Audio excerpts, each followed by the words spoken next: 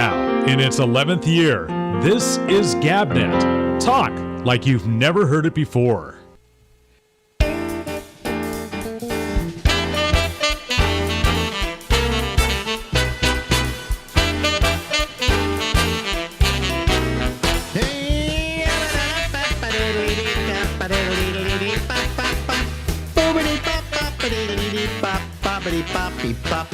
Hey everybody, live from Harlem in New York City.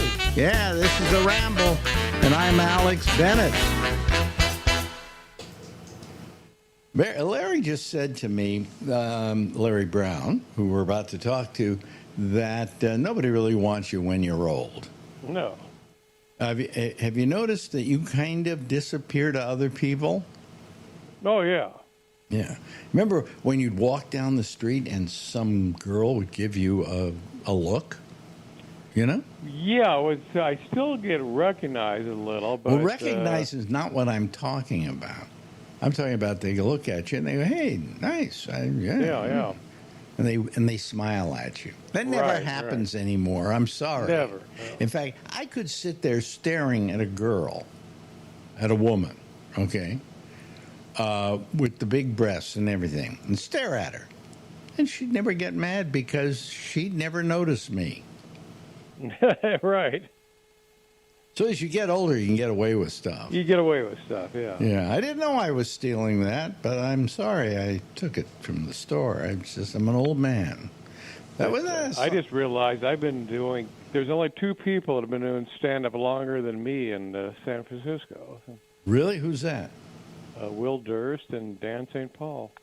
Dan St. Paul's still doing it, huh? Still does it, yeah.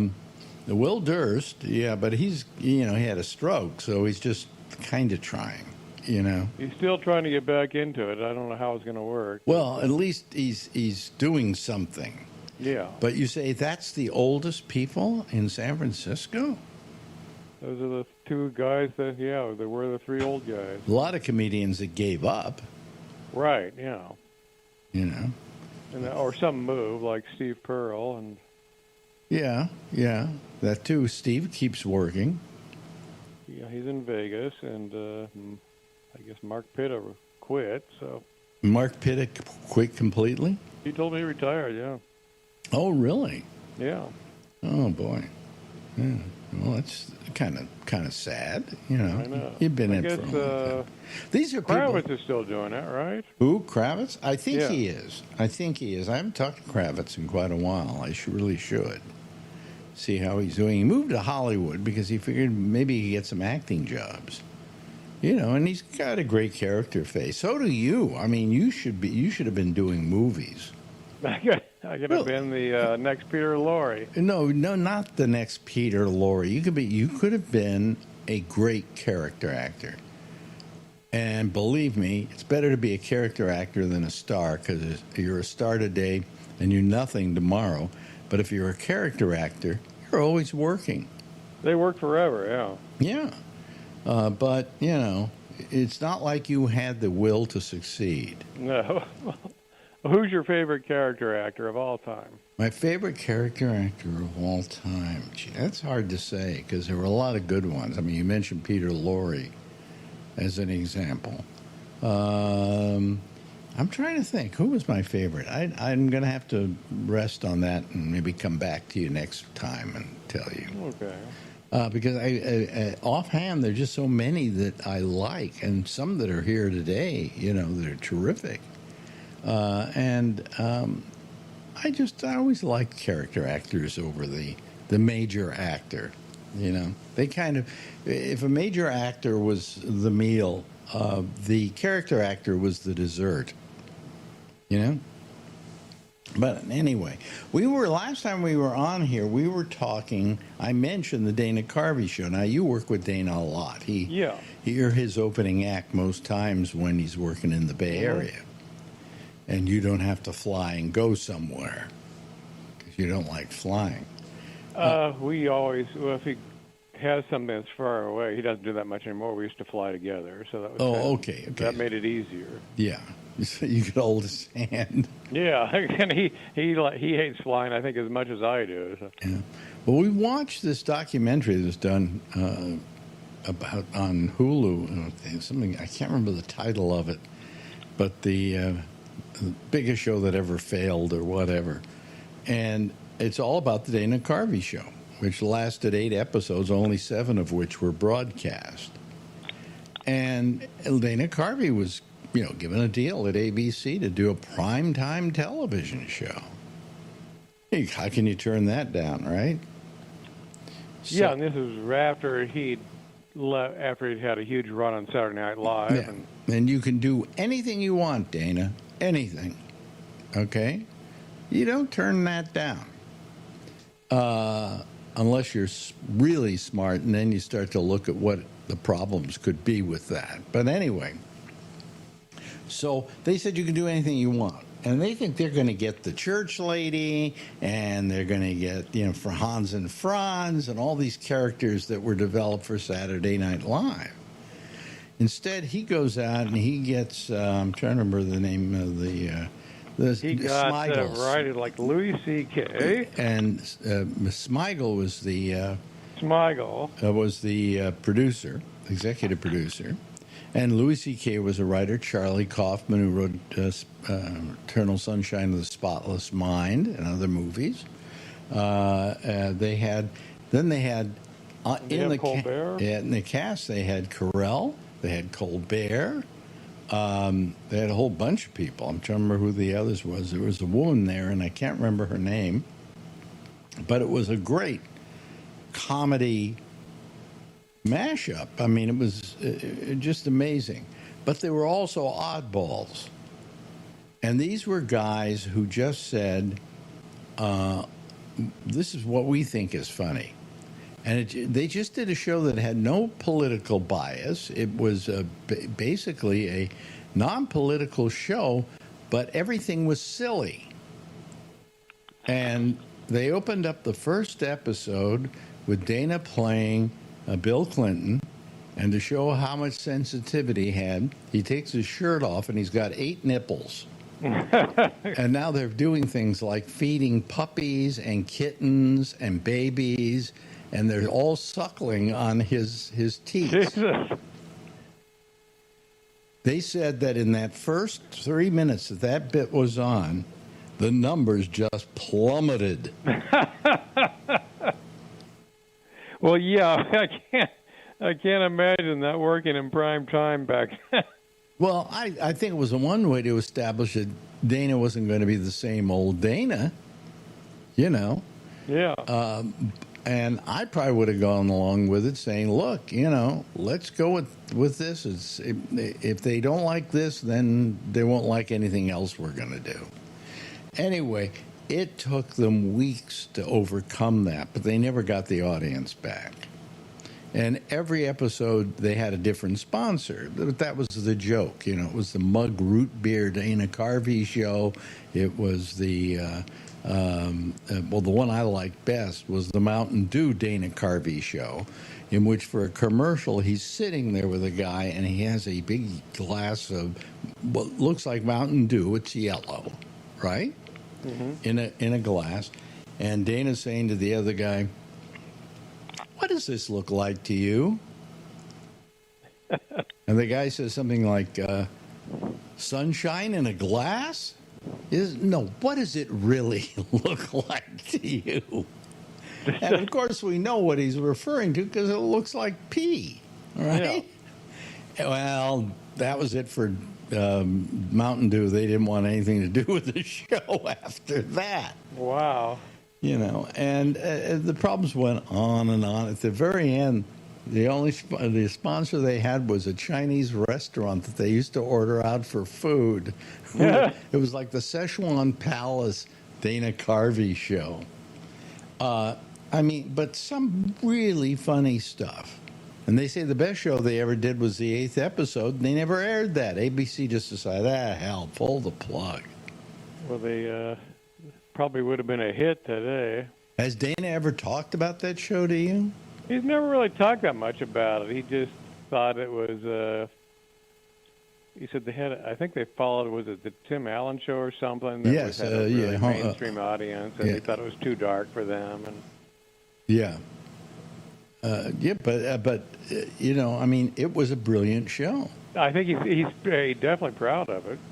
You know, and the people, they have Colbert in this documentary and Carell, and they both say it's one of the proudest things they've ever done. You know, they really did the kind of comedy they believe in. Yeah. And I guess it's the hardest kind of comedy to sell, you know.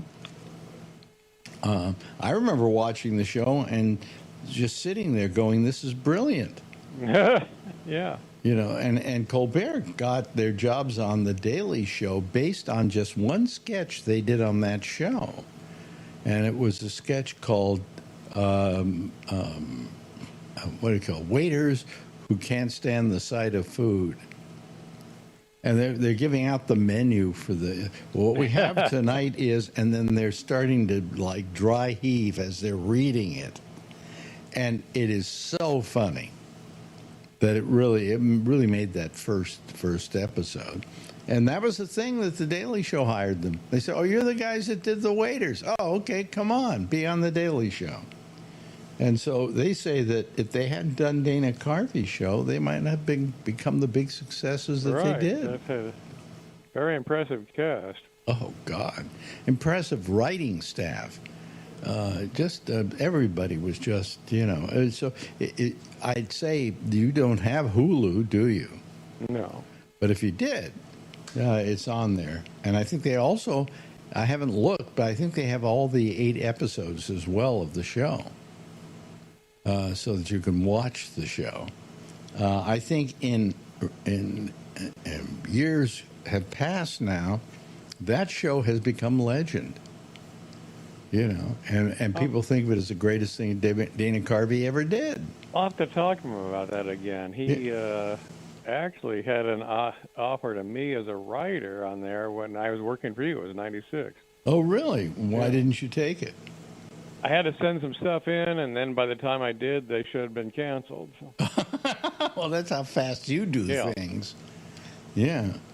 Well, too bad you didn't do that, because that would have been something you would have remembered forever.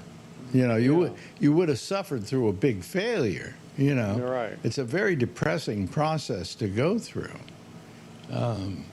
You know, we often talk about our friend, who's a friend up in Sacramento? Jack Gallagher. Jack Gallagher, and he had the Jack Gallagher show on ABC again.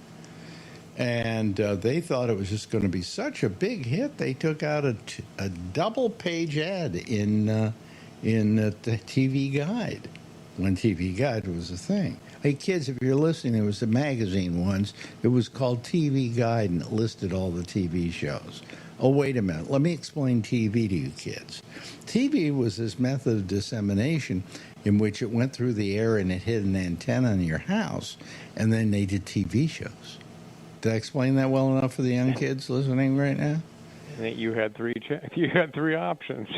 Anyway, where was I going with that? I was going somewhere with that. Oh, TV. Jack Gallagher show. So anyway, and TV Guide. And so now I see this, boy, Jack Gallagher finally made it. Now we all like Jack. You know, I couldn't have been happier for the guy. And he deserved it. He's one of the funniest human beings.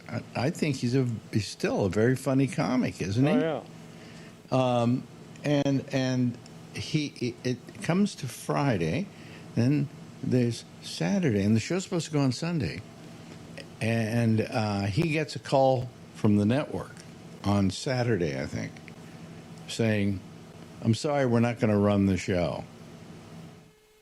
It seems that in the interim time between him doing the show and the time it was supposed to go on the air, they had fired the head of programming at the network and replaced him with somebody else who didn't like the show. So they just didn't run it. And I mean, everybody saw that double-page ad is waiting on ABC, 8 o'clock, Jack Gallagher show. Nothing. And That had to be such a disappointment. well, I God. said to him, I said, did anybody have to take the gun out of your mouth on that one? And he went, nah, I just looked at it and said, that's working television. You know, that's the way those executives are. They ain't too bright. You know, I mean, come on, you finished a TV show. You got it in the can. At least run the goddamn thing. No, we're not going to run it because I don't like it. I'm the new executive. I don't like it. The old executive liked it. Well, the new executive might have not have wanted the old executive to get any credit for something if it had been a hit. Yeah, exactly. I mean, and it was, I think it was a very kind of run-of-the-mill sitcom. You know, I think he was maybe I don't know what he was, what his profession was, but a doctor or something, you know. I thought he was a sportscaster, and I think really? maybe Jeff Garland was in the cast. Probably. It was probably a good show. In fact, if you ever see him, see if he's got a copy of it that we can look at. I will, yeah. Well, he moved to the East Coast, but I can still get it. Where on the East Coast? Back to Mass. I think Hyannisport. Hyannisport. Oh, yeah. God, I thought he was people don't know who Jack Gallagher is. If you know about Curb Your Enthusiasm, he played Larry David's doctor on that series. He's just a great guy. I loved him. That's another failure. Big. Yeah, well, he had the one of the best TV sets I ever saw was when you were doing Comedy Tonight and you had Jack Gallagher on, and just blew the room apart. Yeah. And people don't expect him when he walks out on the stage to be that funny because he's just a good-looking average guy. Mm-hmm. You know, it's kind of like Dana. The great thing about Dana was too cute to do comedy, and yet he made it work. And that was what was great about Dana. I often said he comes out, you look at him, he looks like he used to make a joke in his act about looking like a mannequin in an department store. By the way, kids, a department store was a big store they used to have where they sold everything. It's kind of like Amazon, but in a building. Okay, so you had to go to the building. You had to hang out at the mall. Oh, you know about hanging out at the mall because that's where you get your yogurt from. I see. Okay. You know, I mean, kids. I don't. How many people? They talk about you got to come back to San Francisco. You got to do a show again in San Francisco, and I go, how many people would remember me in San Francisco? You know, think about it. How many years has it been since I was on the air in San Francisco? Since '97, although you were hung around a couple years after that. Almost 30 years. Yeah. Okay, since I was on the air in San Francisco, and everybody waxes so poetic about that show. I mean, I get people call me all the time or get a hold of me all the time who just love that show. They lived for it. And I'm happy we did it, and I'm happy we were able to do it for the amount of time that we did it. But they don't remember me. What? Hey, Alex Bennett's coming back to San Francisco. Who's Alex Bennett? Well, as you said once, we all have a time. Well, I mean, what was it I used to say? That I wouldn't go out with any girl who couldn't name all 4 Beatles. And believe me, it was getting harder and harder to get a date using that as a criterion. They get as far John, Paul, George, John, Paul, Ringo. Okay.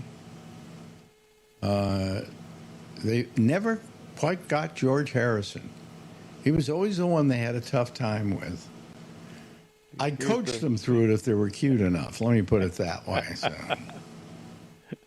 George was a troubled Beatle, I think. Did you have a criterion for women you went out with? Yeah, they had to have a pulse. Oh, I see. Okay. Well, that's good. That's very good. low standards here. But if they were really hot, would you give up on the pulse part of it? No, I actually knew a couple of really hot women, and they were really unbelievably stupid, and it's just not fun to hang out with them, someone like that. I can't hang out with stupid people. No. Okay. Yeah. No, I remember I often tell the story about this woman I was going out on a date with, and we were getting along just fine. It looked like, tonight was the night I was going to score, right? So I said, "You want to go back to my place?" And she says, "Oh, yeah, that'd be terrific." Well, when they say that, it'll be terrific, okay? Yeah. So we get in the car and we start driving down the seediest part of Manhattan to get back to my place. And we stop at a stop, and she's talking to me about stuff. And excuse me, folks, if I use this word, but it's important to the story I'm telling. She looks over at me and she says, what I can't stand are all these niggers. And I went, what did she just say? Oh, wow. Are Jews next? Yeah. And I just couldn't stand that so much. We came to a stoplight where somebody was trying to clean my window. That's how bad the neighborhood was, right? And I said, "Get out." And I opened the door, and she got out. I left her in the middle of the street in the worst part of New York City. And as I drove away, I said, I really think tonight I've become an adult. The fact that I had an absolute slam dunk, go to my place and screw our brains out thing, I gave it all up because I couldn't stand her racism. And I said, good for me. And I was very proud. I went home. I was happy. And I think she lived. I just, You don't know. I don't know, but it literally was at that time the worst part of New York. And it's where you drive down the street, and every block somebody's trying to clean your windshield. But anyway, so that was, somebody does that, somebody gets really stupid that way, and I just don't put up with it. I'm sorry. That's me. Have you ever done anything like that where somebody was just so... I never had something that blatant, but yeah, it would be hard to go through with it, although with the male sex drive, sometimes you wind up, well, let's do one and get out of here. Well, the male sex drive is a thing, and women don't really understand it like men do. We have this organ, and it's driving everything we do. How many times a day when you're in your prime and you were walking down the street, did you think about sex? I think they said like a man does it like once every couple of minutes or so. Something like that, yeah. Yeah, it's a curse. Well, you get to the height of your penis activity and thoughts and so on, and it becomes a driving thing, and you will do a lot of stupid stuff just to get laid. And some of it is having sex with people that you say, why am I doing this? This person's not bright. Although I found that intelligence didn't make for good sex, necessarily. I found sometimes really, really stupid women were good. But well, it's not a crime to be stupid. You just don't. Yeah. It's kind of hard to put up with. So you feel that at your age you're disappearing? Yeah. I've completely disappeared. I don't exist. I'm sorry. It just, and here's the thing that's really horrible. I have a tendency, because of lack of balance, to fall. Okay? When I fall and everybody rushes over and they are so concerned that the old person fell over, I am so embarrassed. Wow. That's so embarrassing. You care about me right now because I fell, but if I hadn't fallen, you wouldn't pay attention to me. Yeah. So what do I have to do through my life to get attention? Keep falling? I don't think so. So as you get older, it gets like this, Larry. And you're how old now? You're 72? You're 72. See, just people don't want to... well, some countries, they do actually respect older people. Do you find it really... And let me ask you this quickly, because we're running out of time. It hurts you in the comedy business, doesn't it? It hurts anything in entertainment, of course. Yeah. They want them, what, 40 is the break-off day age for most? Well, I was told when the last Letterman that the network didn't want anybody that was unknown over 35. Wow. You know, that's horrible. That's terrible. Because my feeling is, and I mentioned this to Slayton when he said he wasn't going to do comedy anymore because nobody wants to hire people his age. And I said, you know, it's amazing to me, but to me, funny has no age limit. You know, you're either funny or you're not funny. And you could be 100 years old, and if you're funny and you make people laugh, that's all that matters. That's what the craft is. You know, but anyway. Hey, listen, I think we've run out. Have we run? We're getting close to it. Seconds away from running out of time. Thank you, Larry. Appreciate it once again. I'm glad you remembered. Bye.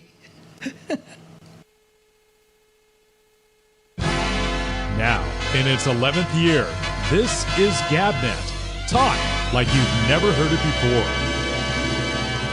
And thank you very much, Larry Bubbles Brown, ladies and gentlemen. That's our usual Friday guest, and we love having him here, as you know, one of our favorites of all time. And hello to all of you. You know what I'm doing here? This is my actual room background. But when I go to the show here, see, today I'm just trying. I forgot to do something. Is what I forgot to do.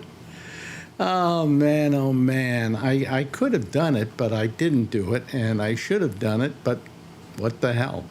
Anyway, hello everybody. How are you? And you'll see that this background's going to change the minute I, go to our guests. Anyway, let me start bringing these people in. Let me make sure they're all, no, that's not a good one. So that should be removed. Okay. So we'll remove that. Okay. And we will remove it. Okay. And then I will admit all, and these people will be fine. Okay. Here we go, and you're going to see now that I'm going to have a different background there. See? There we go. Hello, everybody. How are you? Hi. There's Charlie Wallace, and there's Jeff, and there's Mark Thorner, and there is, of course, our old friend Josh Wheeler. Hi, Josh. How are you? Good, thank you. Yeah. Anyway, it's a Friday, and did you miss me the last two nights? Yep. Yeah, you didn't. Don't lie to me. Okay. All right. Anyway, we didn't. Here's what happened. Lori couldn't do one with me this week because she got what do you call it? What's that thing where you get half your face gets Bell's palsy. That's wow. It. She got Bell's palsy. Ask Dr. Allen. You know, when it rains, it pours, right? I've had it twice. Really? It goes away pretty fast, doesn't it? Yeah, the period over a month or so, it goes away. It happens more in older people, but I was like in my 40s when I ended up with it. And they usually give you a steroid, but they don't know. It's the seventh cranial nerve for you nerds. And it where it comes through into your face, there's under your ear, there's a little hole in your skull, and it covers one side of your face. So there you go. So you look like you have half a face. Yeah. It made a real bear trying to smoke cigars like this. So. Or probably eating was probably a problem. Eating, too. drinking, with a straw, because you can't. One side of your mouth is just. You wake up and you go. The first time I had it, I thought I had a stroke, but no. Well, famous people who get it were like George Clooney got it. Mm. And remember Ralph Nader? Ralph Nader had it. He had it for a couple of years, I think. I don't think it went away immediately with him. Wow. But he was one of the earliest cases I remember hearing about it. Yeah. So that was. Yeah. That was that. It's scary the first time. The second time I sort of knew what it was. And the second time it took longer to go away. It took 2 months to get full function back. But Yeah. You like this? Hey, oh, look who's there! oh, they're in the pool again. It's Adrian. Adrian, show them what you just said. What'd you just say? What'd you just say? Every time he looks at a camera. What'd she say? Every time that I look at the camera when I get on, I'm like this all the time. That's what she's saying. Oh, really? You do that? Yeah. Okay. She's exaggerating. Yeah. Oh boy! So you're out in the pool. Isn't that nice? Yes. Now, is that a community Yes. pool? Yeah. There's like, I don't know how many units are here. It's not many units, and nobody uses the pool or the hot tub. So, gotta do it. Got to do it. Yeah. Well, good. It makes me jealous because obviously I don't have any. If I go to a pool, I got to go to the YMCA or something like that.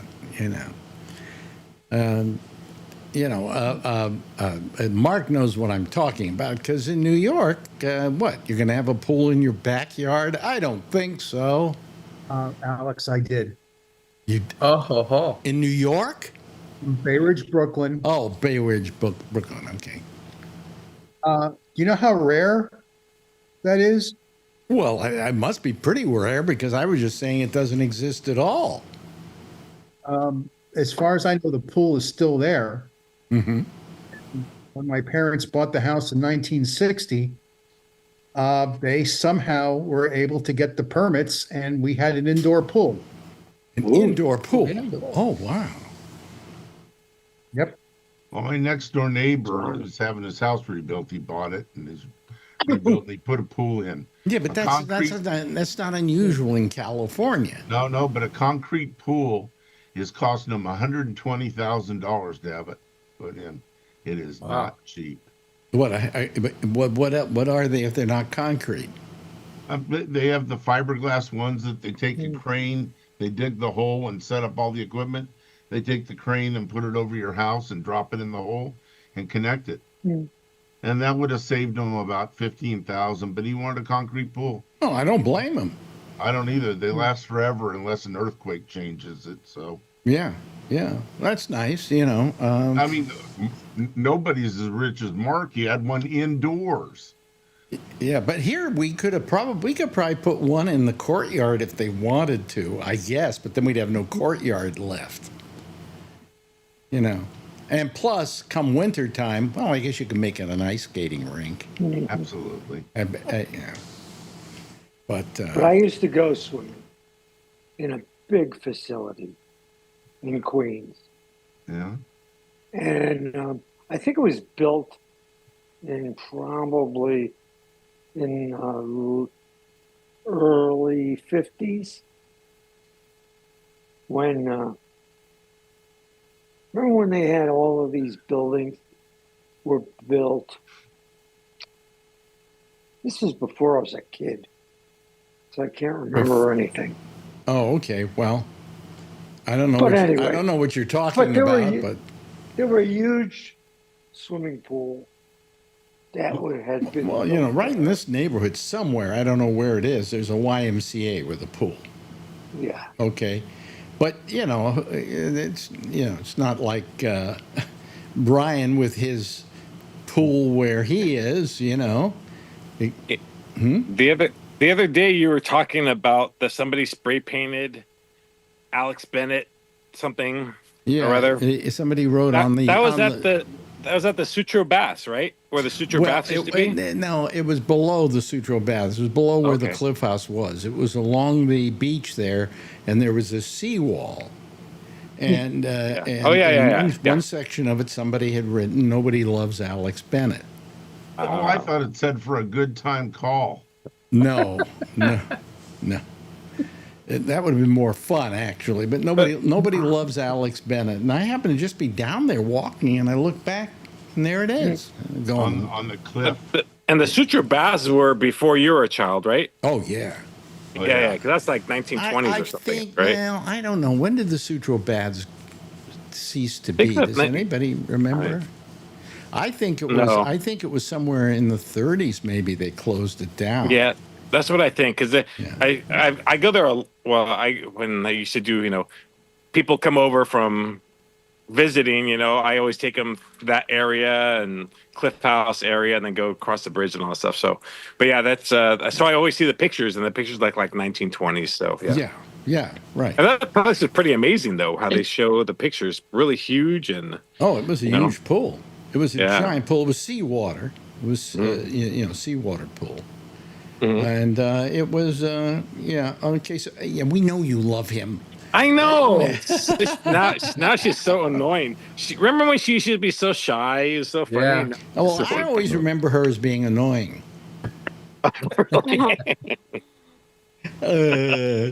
So they said June 1966 was when they closed. June 1966. When they burned down. Sutro Baths. It's when they burned down. When it burned down.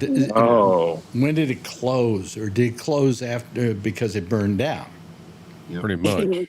It was built in 1894. Yep. Oh, wow. It was burned huge. down to its structure in 1966. Huge. Yeah, this picture, the indoor pool, it was huge. Gee, it was right there on the ocean. Yeah, I was born in 1939, so I suppose I could have gone there in my teens. Yeah. But the big thing was to go to Flyshacker. Flyshacker pool. Yeah. Anybody ever hear Flyshacker pool? You never heard of it, did you, Brian? Wow. Been there. No. Where was that? I heard of it either. Yeah. Well, you never heard of it zoo. either? Okay, explain it. It was this pool, saltwater pool. And it was the largest pool in the world, I think. Yeah. Wow. Of salt water, yeah. Yeah, and it was salt water brought in from the ocean, and you could. I don't think you would sometimes have a hard time getting from one end to the other. Okay. Yeah. But you could float real good. Oh, they had a rowboat in there, in case somebody started to drown or something. I don't know. And they it's out by the zoo. Yeah. And that's it. Yeah, but no, it was when I was a kid. It was out there. I never swam in it. I never really went out there, but I knew about it. The good thing is about salt water. I mean, the neighbor's using salt water in his pool next door when it gets filled up, because you don't need chlorine. Yeah, but have you ever do you like swimming in saltwater pools? Yeah, they're the salinity is not like going in the ocean. I mean, it's still not fun. I like clear water. I'm sorry. It is clear water. No, it's not. Clear water pool. A saltwater pool does not. It has salt water in it. Well, they add regular street water, and then they add 100 pounds of salt, and they mix it up, and every 6 months. I think you're wrong. I think you're wrong.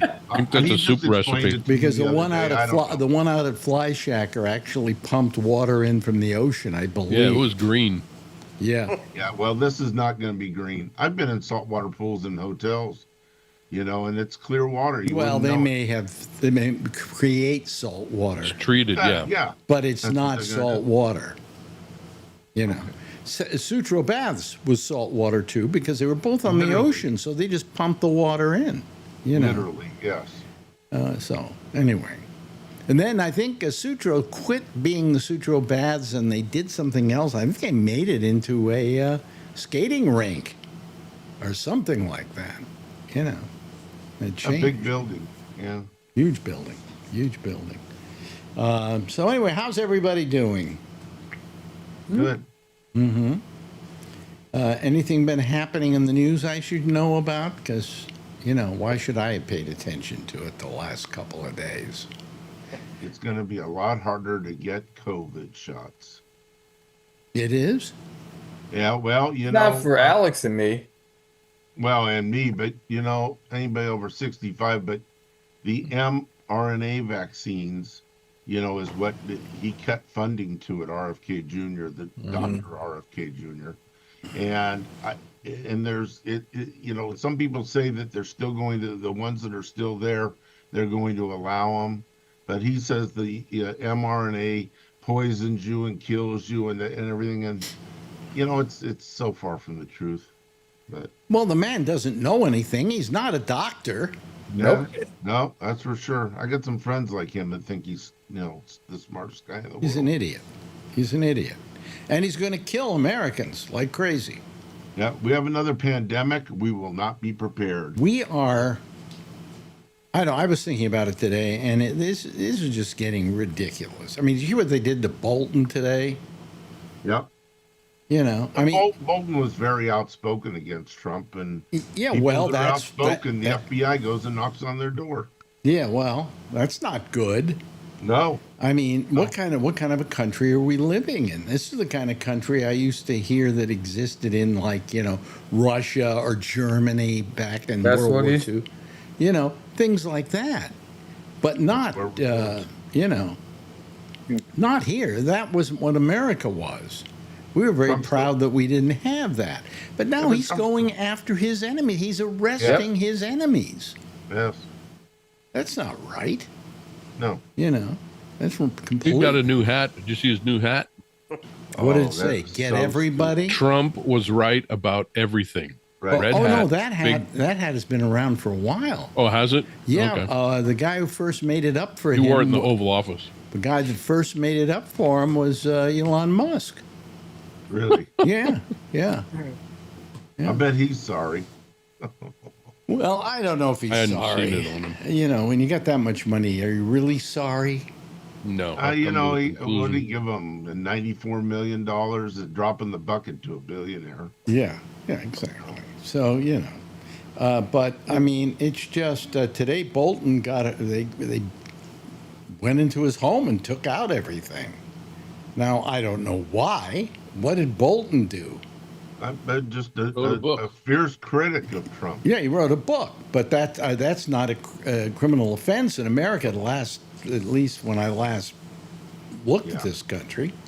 Yeah. Yeah, they're going to say he had secrets in his bathroom. Well, they were claiming that he took home top secret information, and that he published it in a book. Yep. It's okay for Trump to have it for all his guests to read while they're in the toilet. Yeah, right. Yeah. So, I mean, it's just everything that's happening in this country is just, it's ridiculous. And when you talk about, what R.K. Jr. did with the vaccines, I mean, come on. Well, they fired all the vaccinologists right away, all the vaccine specialists, and he brought his own people in. None of them have a medical degree. Yeah. Something I was saying to Marjorie tonight, now we know why Trump's businesses went under. Yep. Because he ran them just like he's running this country now. If somebody disagreed with him, he fired them. And he just didn't want anybody to disagree with him. He was the smartest person in the room. Of course, when you make sure that all the people around you are really dumb, you are the smartest person in the room. But I mean, fired another general today too. Did he fire? Oh, yes, he did. What did that general do? I forget now. He was woke. He was too woke. Yeah, I guess. Too woke. Well, he's the head of the DIA. Mm-hmm. So it's the agency that compiled the report on the Iran bombing that they didn't like. Oh, I see. It didn't say annihilate. So, yeah, right. I mean, they didn't like their report, which was their report. I mean, their job was to give a report. They gave a report. I mean, if you say, if you put me in a field and you fly some planes over and they're supposed to hit these targets and they fire at the targets and they don't hit them, but they ask me if they hit them, I mean, what am I supposed to say, right? Mm-hmm. But then if I'm sitting there on the ground and I say, I know that if I tell them they don't hit them, I'll get fired, I'm just going to be like, yeah, sure, right on the money, great job, right? And then everyone's going to go on thinking that this weapon system works and the pilots are great and everything. So what did we accomplish there? We didn't accomplish anything. We made the military weaker. We made the people less safe. we created an environment without, I mean, we could go on and on here, you know. So, I mean, if you keep firing people who tell you things that you don't agree with, you know, the labor statistics person, this person, other people, people are just going to tell you whatever, okay, to keep their job. And that is going to lead eventually to, I mean, it is, I told these guys earlier, you don't have to be a historian to know, although I happen to be, you don't have to be one to know that this always leads to a crisis or a catastrophe. All the time. The thing I mean, is, it's Stalin-esque, right? Yeah. You know, Stalin, how are we doing in the war? Oh, we're Right. winning. I mean, you know, because everyone looks around and says, who wants to be the one to tell him that we're losing? Same thing, Hitler, how are we doing in the war? Oh, everything's perfectly perfect. peachy keen. Right, you know, when in fact it's not, but they do not want to be the one to say so because they don't want to be berated or sent to the front or whatever, you know, go on with your list. So how did that work out? You know, we could continue to go, right? You know, Vietnam, are we winning in Vietnam? Well, we most certainly are. You know, what about this memo over here that says that? Well, that guy just doesn't like you, that's all. Okay, fire him. Right. I mean, so okay. I I mean, we just have to wait out the storm, you know? I mean, Well, it's getting horrible. I mean, and Yes, this is I the agree. way I think he ran his businesses, and that's why he didn't do very well after a while. Why he was Sure, going I've no broke. doubt about that. I mean, it's a good example of why probably the Trump's Taj Mahal in Atlantic City went under, is because he would only listen to people who agreed with him. Correct. You How know, do you how do you bankrupt a casino? You know, the odds are all in favor of the casino. I don't get it. well, somebody once said it's a business to print money. You know, I mean, It it's is. just you just. But you know, I mean, Trump is a failure in almost every business he's been in, and now he's going to be a failure as a leader of this country to keep us from going under. I mean, the only thing I say is wonderful about him is my stocks keep going up. Yep. You know, Same here. you know, and I don't know if it's his doing, to tell you the damn truth. You know, So there was a write up in the Wall Street Journal over the weekend, I think, and it said the reason why the stock market's doing good under Trump is because big business can absorb the little hiccups. You know, the Wall Street Journal's kind of leaning to the right, but can deal with the little hiccups of his tariffs, where the small guy can't, and those are the guys that are going out of business. oh boy. Well, anyway, all I'm saying is that he keeps going after people that disagree with him, that don't tell him what he wants to hear, and that's becoming very. It would be interesting if it was just an anomaly, but it's not. It's a constant way of doing business in this country now, and it's just. I think it's not gonna get any better either. Because the more people, if there aren't people around him saying, hey, you shouldn't do that, and they're afraid of telling him you shouldn't do that, or that this is the way it is, or no, it's not the way you think it is, we're going to have a very badly run country here, you know. I feel sorry for the next president if he's a Democrat. He's got so much cleaning up to do. Well, I mean, you can reverse a lot of it, you know, immediately. But if you've got a bad economy as a result of it, and you've got things that need a great deal of fixing up, that's going to take a while, you know.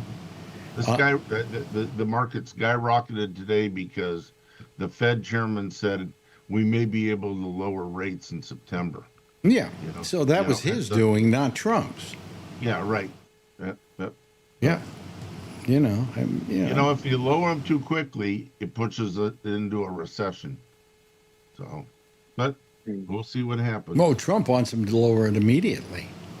He wants them to take 2 points off of it. Make it 2%. Yeah, yeah. But he can't fire Powell, so, Powell's going to do what he wants to do. And he doesn't like Trump, so he's going to keep doing what he wants to do independently of having to keep Trump happy. He's probably one of the only people in the government who doesn't have to keep Trump happy, But anyway, so that, then we got that going for us. And, by the way, Lyle Menendez, I think, it turned out that he's not getting was it Lyle? Yes, Lyle Menendez isn't getting a pardon yet. Not a pardon, but a parole. A parole. They Yeah, say they think they're just waiting for the next 3 years to be up, and then the minimum amount of their sentence will have been served, and then they can do it. So we'll see. We'll see. Meanwhile, out in California, you guys are going to have to vote now, I think, on whether you want to have new congressional districts there. Yeah, but it's At least they get to vote. It's a Democrat state, and most of the Democrats in the state are already telling Gavin Newsom that they'll vote for this What did you say, Charlie? At least they get to vote. The Republicans here never ask anybody; they just do it. Yeah, yeah. Oh, in Texas. I keep thinking, I had to remember you're in Texas. Yeah. Well, I mean, what they're doing is they're allowing it to be put to a vote, so the people of California vote on it, and who can complain about that if it comes to pass, So anyway, hey, listen, I want you to hear something. This is fun. As you know, Rob. I'm trying to remember his last name now. Alfano. Rob Alfano was the voice of Gabnet for years, and then he moved to the Philippines. Yes. And he got rid of all his equipment and everything. He can't do ads for us, promos for us. But I finally got a promo with Rob on it again. Oh. Yeah, listen here.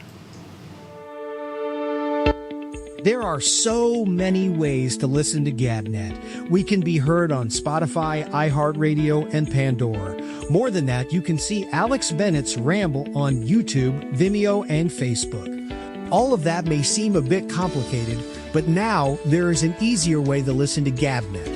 If you own an Amazon Alexa, just say the magic words, Alexa, tune in Great American Broadcast, and voila, you are connected to our 24-hour-a-day stream.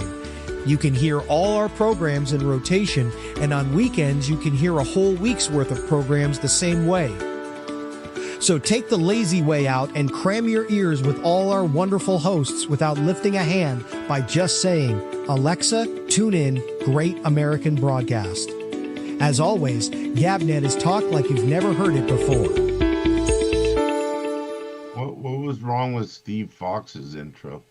What? You know what's weird? That wasn't an intro. Oh, okay.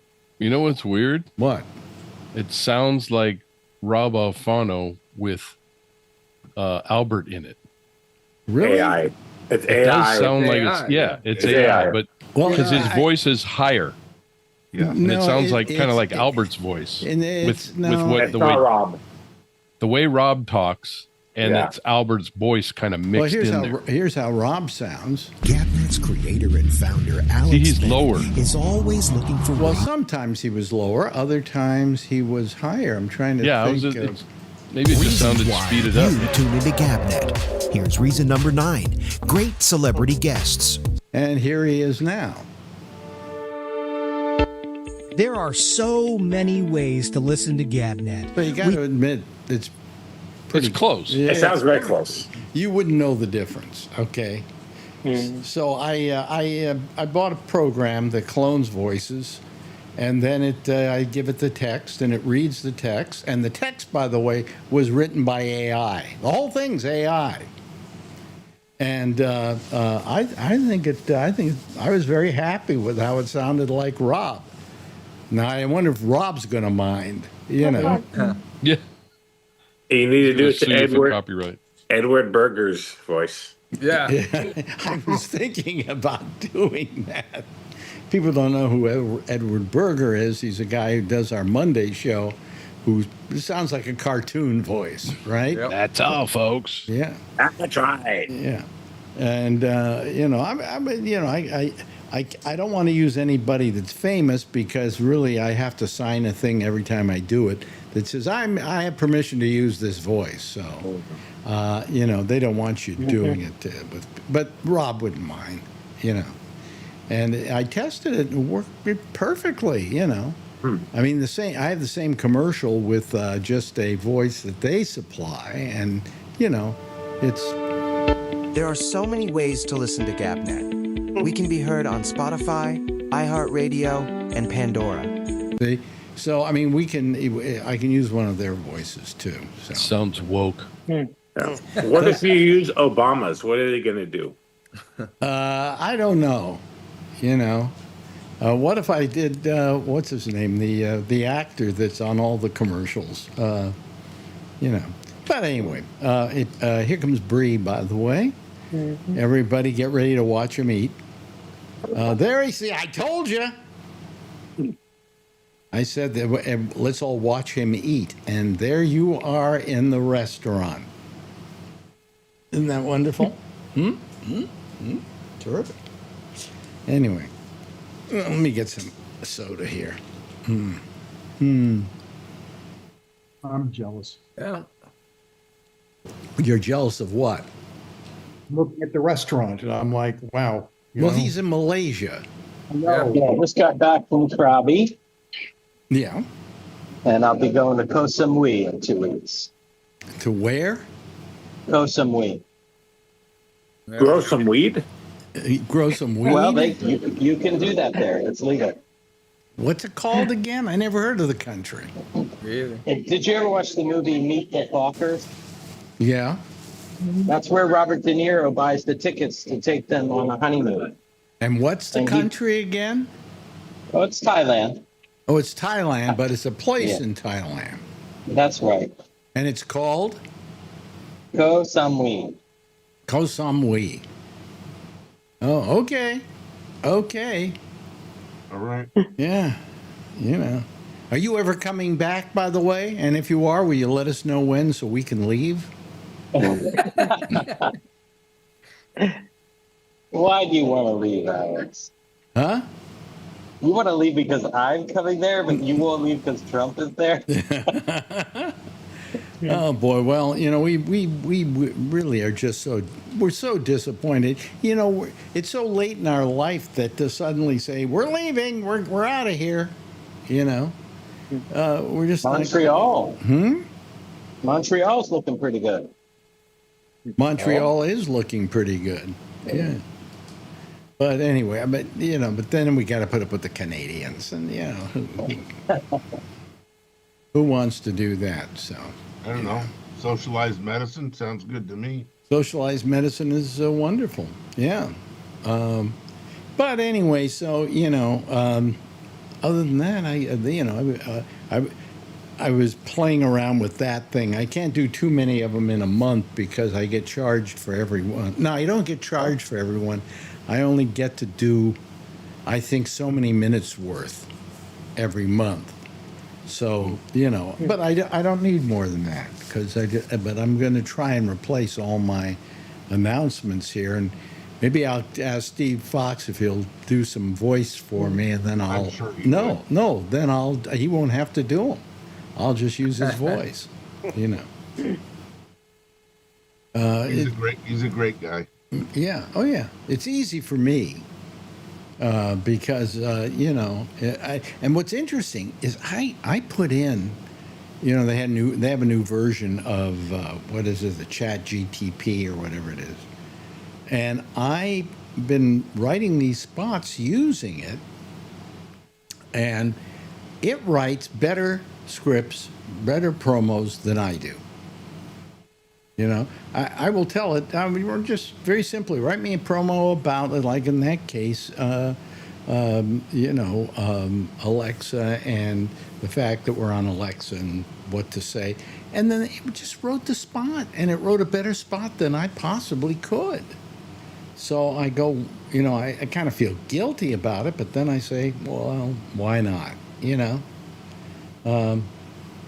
So anyway, any of you been doing anything interesting at all?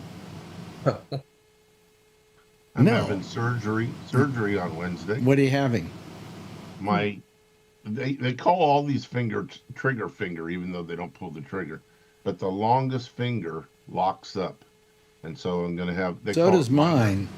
Minor surgery. Yeah, there you go. Well, that's the same finger. Yeah. Fortunately, it's on my left hand because it'll be sort of out of commission for a couple weeks. So what do? They just go in there and do a couple of things with it? Yeah, there's just in this area, there's called an A1 pulley. I have no idea what it is, but they just cut like a 1.5 inch slice in there and clean up the material that's stopping it from closing. So yeah. Mm-hmm. Anybody else have anything wrong with them that they're gonna, let's see here. Lori had got Bell's palsy. Oh, and next week, Amy is getting a cataract operation, and she goes, "Well, I'm going to be out for 2 nights." You know what I mean? What year? What year cataract? What? What year?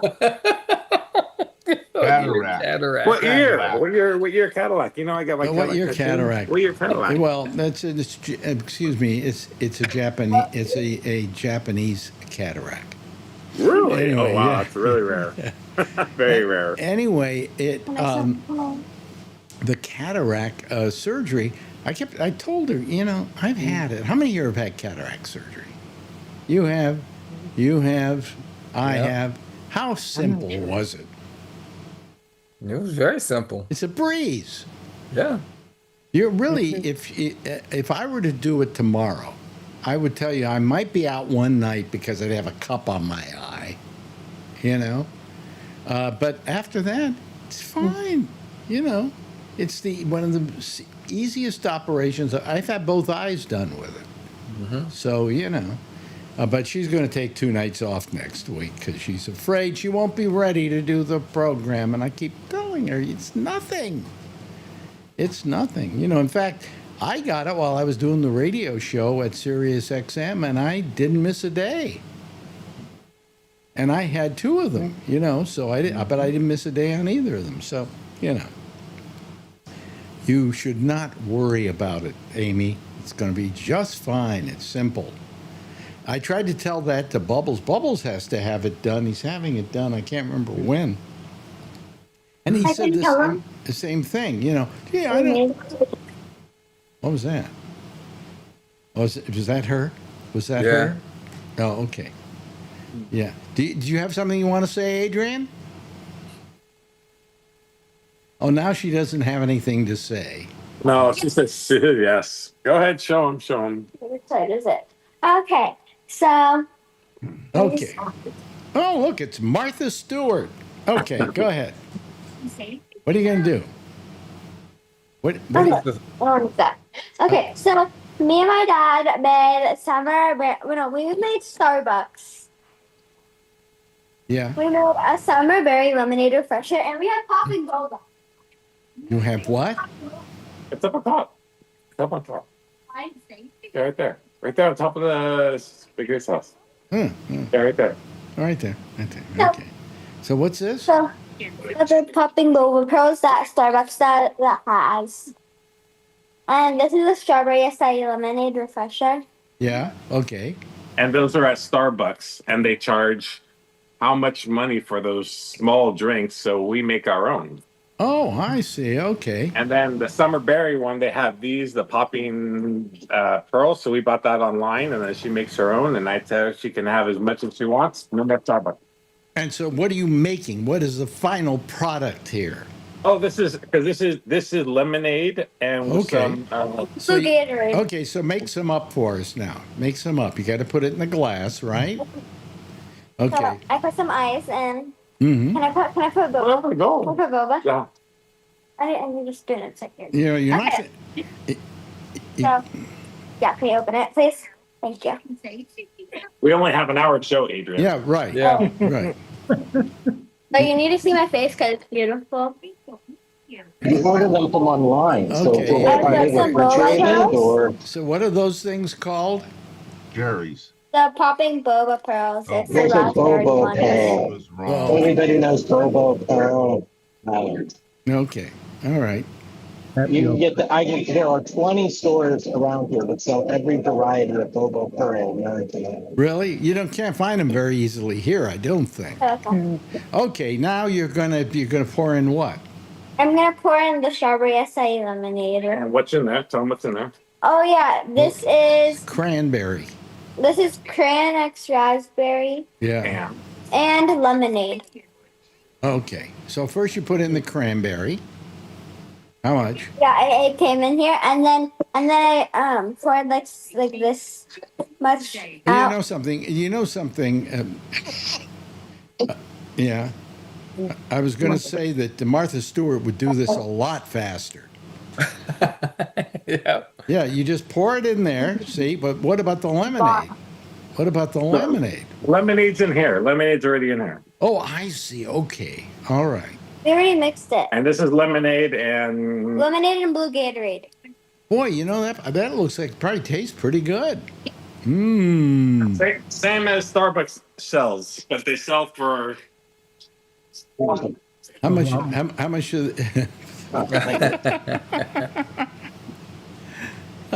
Okay. Thank you very much, Adrian. That was very nice. We appreciate it.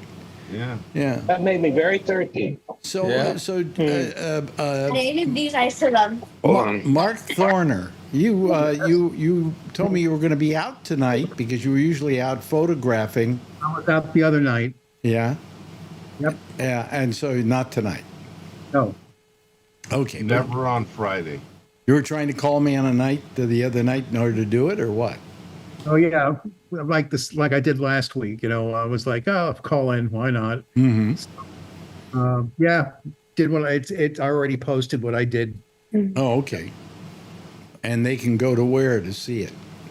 It's on my YouTube channel, so it's like, So just look up Mark Thorner on YouTube, and we'll be able to find you that way. Okay, good. And how have you been doing, Josh? What's been happening in your neck of the woods? I'm good. Just continuing on my work, same routine there, busy, so plenty going on. We'll say I mentioned before that I live really close, like super close to a former Air Force base. It's closed, but has a reserve section and serves as a cargo airport, etc. And there's an air show this weekend, so the U.S. Navy Blue Angels are in town. Oh, I hate them. I hate them. Well, sorry. So I sat in the backyard today and watched their show. I don't even really have to go to the air show to see it. Actually, we're right over the house. So. They go over populated areas, okay? Well, and one of these days, one of those planes will come right down into a populated area, and everybody's going to, how could that happen? And I've been saying it's going to happen for years. I don't remember if it hit any houses, but they actually lost one 7 or 8 years ago. Yeah. Somewhere in Tennessee. Well, I that's believe. enough for me to say don't fly over populated areas doing this. They used to, in San Francisco, they used to fly over the bay, but as part of their rehearsal, they'd also fly over the city. They still do. Yeah, and I said I was screaming and yelling about it, saying, one of those things came down in San Francisco, they could kill a bunch of people. Forget about the guy in the Blue Angel in the plane. Well, it probably wouldn't be pilot error because these guys fly within a foot of each other, wing to wing and stuff, and you just don't do that with air turbulence and stuff unless you really know what you're doing. Well, you really know what you're doing until it turns out you don't. Right. Where did the Trans-American Pyramid go? Oh shit. Yeah, right. Well, what happened was I kept complaining about this every year, and so finally one year the Blue Angel said, "Come on, let us take you up." And I went, "Screw you! I know what you're going to do. You're going to take me up there. You're going to do a couple of rolls, and you're going to make me puke in my mask or whatever, Film at 11. And film at 11. They were going to do anything they could to make me throw up. So Yeah, they're in town though, so that was just nice. That I mean, I didn't have to leave the yard. They actually came. They were here 2 years ago, and then last year the Thunderbirds were here, but actually came closer this year. They've changed their routine up a little bit than they were previously. So today, when I sat outside, got a couple nice deals, but they've got a few other things up there. They've got an F-22 and an F-35, and the demo teams are there for those. They had those out. Now Thursday was even better because there was no show. It was just their practice day. Oh yeah, they have a rehearsal. Yeah, so and they do the same thing they're going to do the rest of the time. Only they tell everybody don't look. Yeah. You know. Yeah, so I've seen quite a lot the last couple of years, but this weekend's been pretty good. But yeah, the F-22 was here. Well, it's here, but it was in the neighborhood, Thursday, and I sent a message to these guys that I don't know if he took his turn too wide or what, but they came right over the housing development, and I mean at like 500 feet, and it shook the entire house, and I thought my cats were going to be dead when I went upstairs to check on them because it was traumatizing, I think, for my cats. It's got 2 jet engines on it, I think. So they're, Yeah, they're loud. Other than that, I'm, super busy with. I'm taking a class right now. I just started to, continuing to close my doctorate out, and then, got an article that I finished. I need to proofread and turn in, so. Pretty busy with that. Well, good. I saw, rather than Trump, I saw an article in the Washington Post that reminded me that it's the 25th anniversary of the movie Bring It On, which reminds me that I was once married to Kirsten Dunst and screwed my marriage up by cheating on her with Eliza Dushku.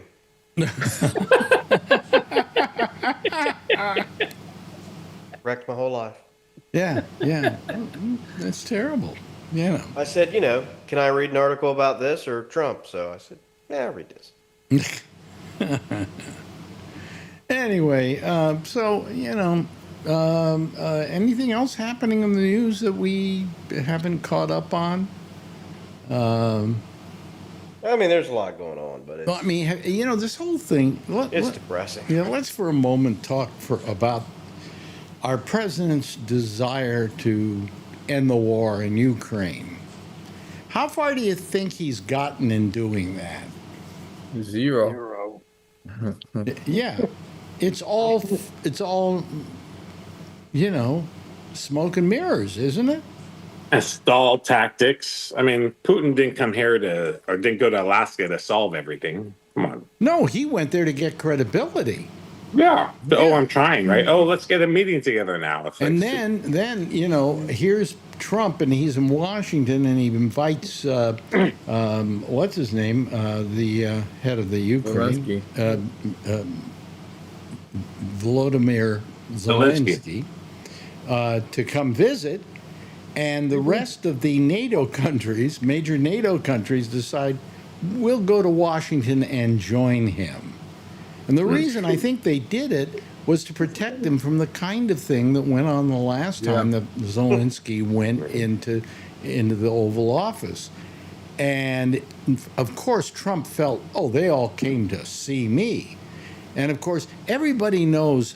Did anybody see South Park this week, where everybody's lined up from every country handing Trump a gift and also saw the clips, telling him he doesn't have a small penis, and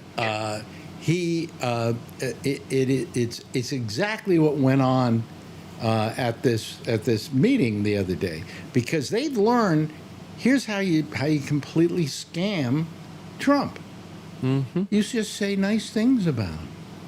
Even Hillary Clinton is joining that bandwagon. Who? Hillary Clinton. She now believes Trump is doing the right thing and very good. Yeah. Well, I mean, the fact is that they were all doing this only because they knew this was the way to just completely scam him. He would do anything they wanted if they just said nice things about him.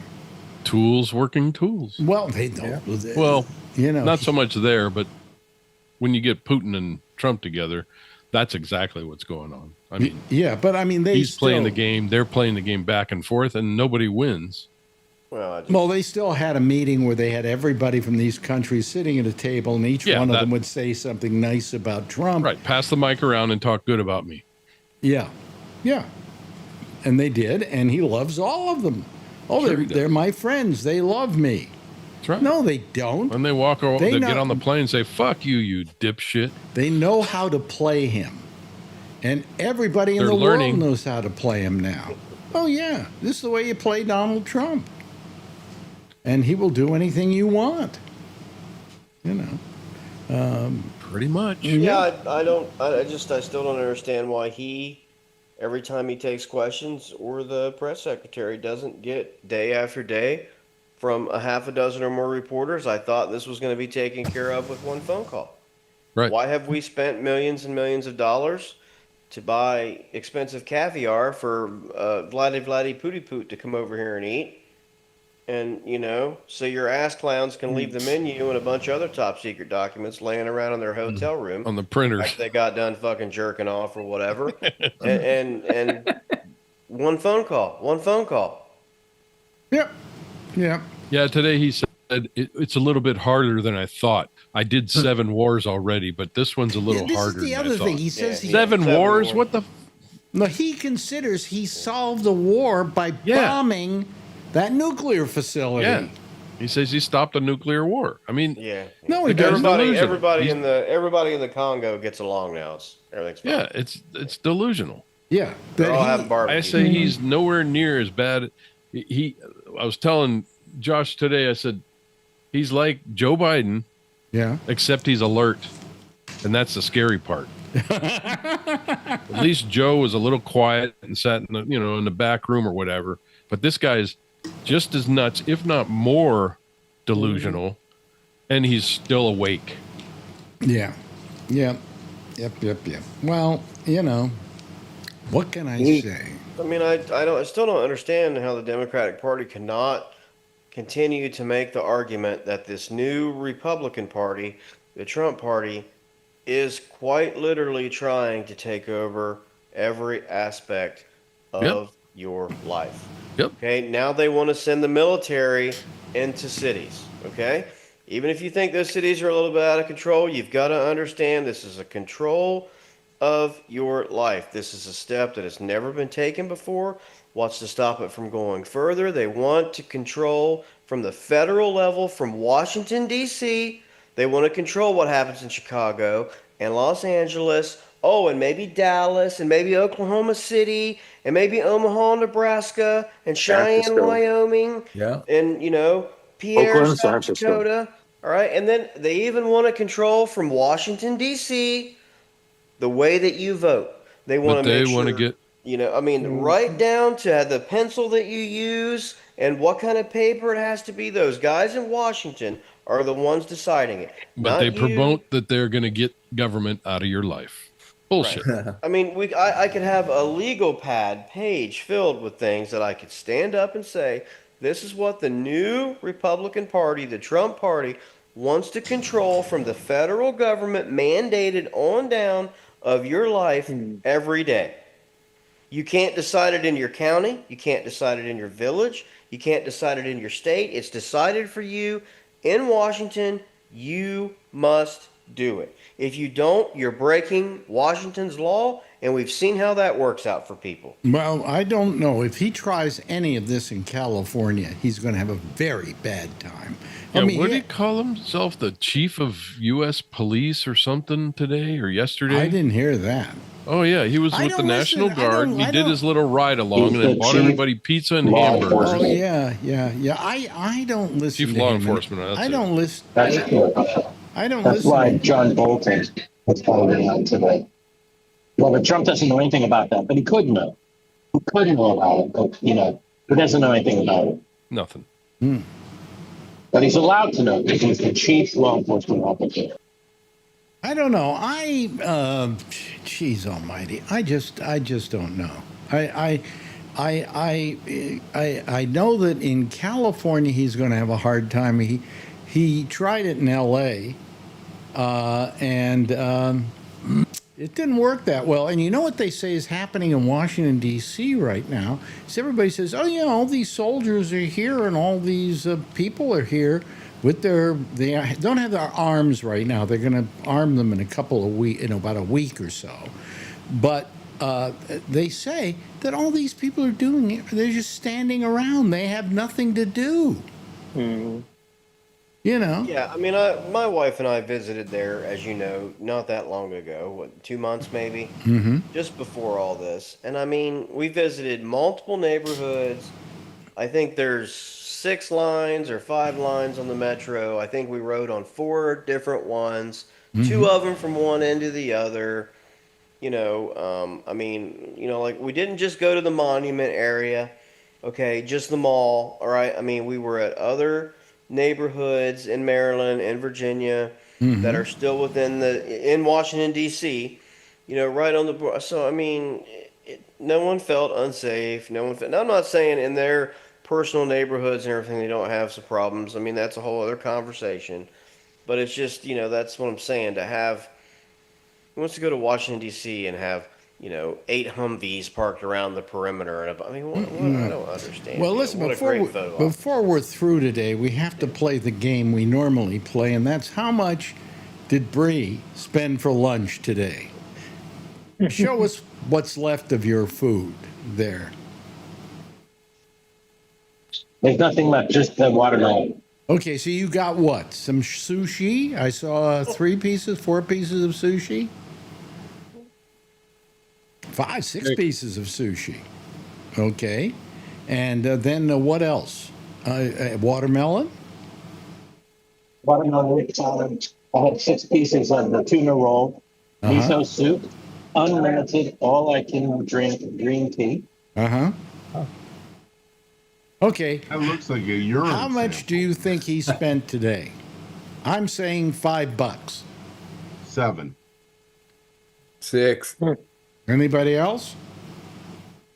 Nobody else want to try this? How about you, Brian? Yeah, 4. Okay. Not that much. How much did you spend today? $5.75. Wow. $5.75. Well, I was the closest, wasn't I? You'd be surprised. The check will be in the mail. Yeah, right. Yeah.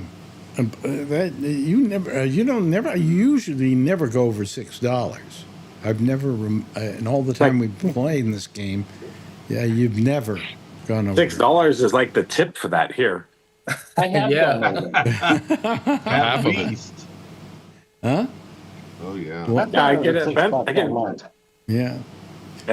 Bento box with water, a 3-item bento box, and that's like $26. And I guarantee you, oh, you're going to the wrong sushi bar. Take a picture of that, Brian. And I will take a picture. This is authentic. I feel like I'm in Japan. Yeah. Anyway, we're going to play the theme here because getting close to the end of the show.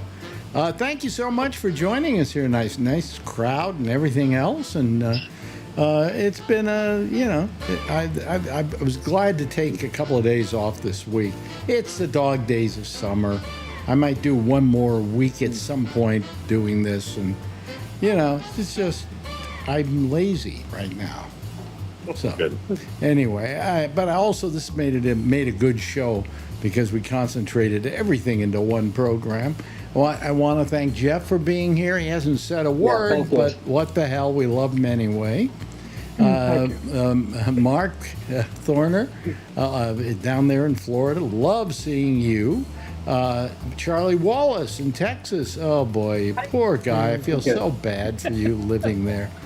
But you choose to live there. So, my kids are all here. Hey, Texas was one of my favorite places I ever lived. I really had a good time there. Josh, good seeing you again. And Alan, a pleasure. Brian, thank you. Is Adrian there, or is she in another room now? Goodbye. Oh, there she is. Oh, she moved the camera and everything. You know, I hate to say this, Brian, and I hope she doesn't take this and goes to her head. She gets prettier every year. Yeah. So anyway, see, okay. Well, there's be no living with her now. Thanks to Kevin. Kevin, thank you, and thank you to Bree. Bree, thank you as well. Anyway, everybody, give a big wave goodbye, and I'll give a big wave goodbye at you. Okay, there they go, folks. That's our citizen panel. Here I am. See, you see my stuff in the back here, because I was doing a different way of putting that background on me tonight. Anyway, everybody, thank you so much for joining us. We'll be back again next Wednesday, I hope. And Amy Manuel is next. She wasn't here last night, but hopefully she'll be here tonight to do the intersection. We'll see you again on Monday for the pop-up show, and then Wednesday again, same time, same station in life. In the meantime, if you see her, tell her I love her, okay? Have a nice weekend.